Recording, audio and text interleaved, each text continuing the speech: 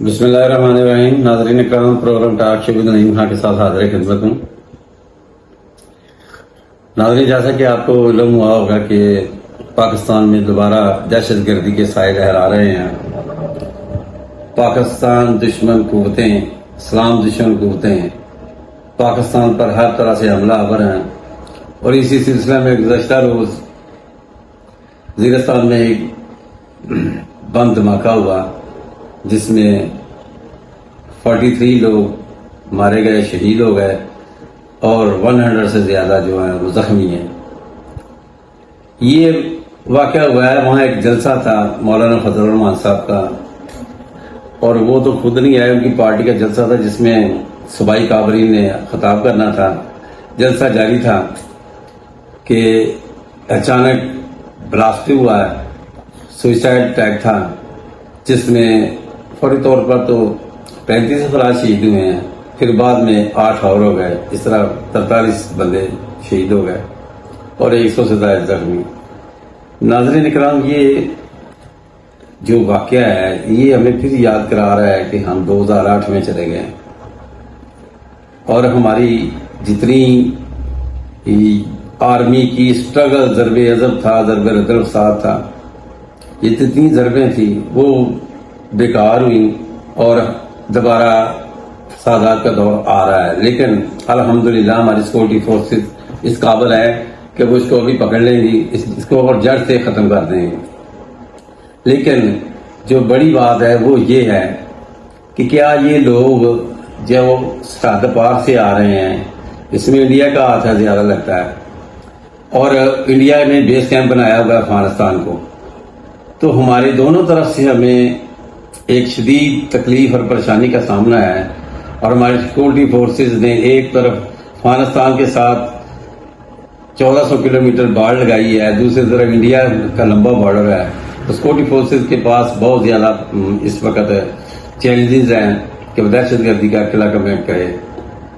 لیکن فوری طور پر جب یہ واقعہ ہوا ہے تو ہماری سیاسی قیادت جتنی بھی ہے، پولیٹیکل فورسز کے ہیڈ جو ہیں، جن میں اسد زرداری ہیں یا میاں شہباز شریف ہیں، نواز شریف ہیں، دیگر سیاسی جماعتوں کے قائدین ہیں، انہوں نے بھرپور یکجہتی کا مظاہرہ کرتے ہوئے اس کی پورے زور مذمت کی ہے.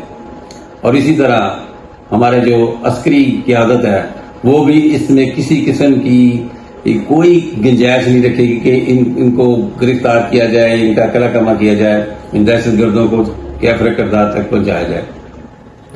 اس واقعے نے ہمیں ایک اور بات تازہ کرا دی ہے کہ ہمیں اپنے طور پر، اندرونی طور پر متحد ہونا پڑے گا، ورنہ یہ قوتیں جو اسلام دشمن قوتیں ہیں، پاکستان دشمن قوتیں ہیں، یہ ہمیں آپس میں لڑوائیں گی، ملک میں خانہ جنگی کروائیں گی اور ملک کو نقصان پہنچائیں گی. اس میں کوئی بعید نہیں کہ ہمارے کچھ اپنے ہی لوگ استعمال ہو جاتے ہیں جن کی وجہ سے یہ سارے معاملات خراب ہوتے ہیں. ناظرین اکرام، یہ دہشت گردی کی وبا جو ہے یہ ہے تو ویسے پوری دنیا میں ہے، لیکن اس کا زیادہ جو مرکز ہے وہ افغانستان ہے، پاکستان ہے، انڈیا ہے، یا سری لنکا ہے، بھوٹان ہے، مالدیپ، ادھر دیگر ممالک میں کبھی کبھی ہوتی ہے، لیکن پاکستان اور افغانستان میں زیادہ اس کی تعداد ہے. اب ہمیں سوچنا پڑے گا من حیثیت قوم کہ اس ناسور کا خاتمہ کیسے کرنا ہے.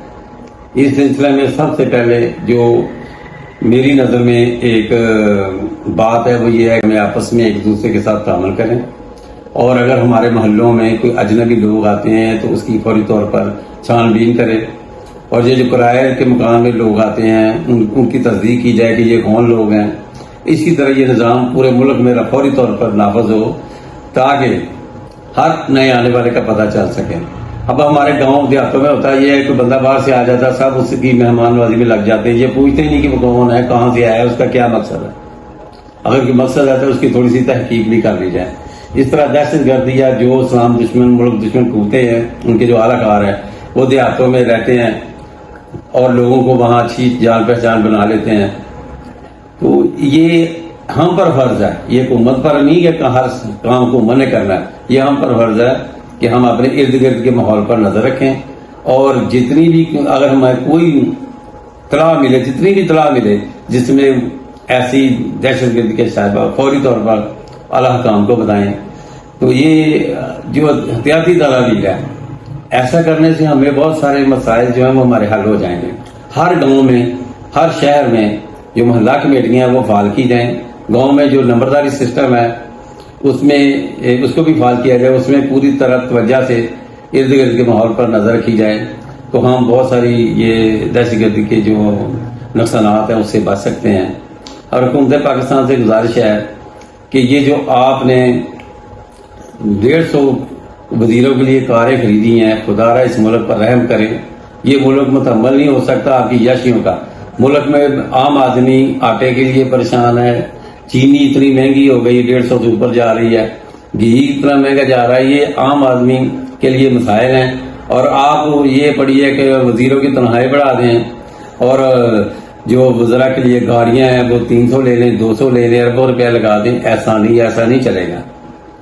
تو یہ آپ عام لوگوں کو جب آسانی فراہم کرو گے تو پھر وہ بھی اپنے متعلق سوچیں گے کہ آپ نے ان لوگوں کو روٹی پانی کے چکر میں رکھنا ہے.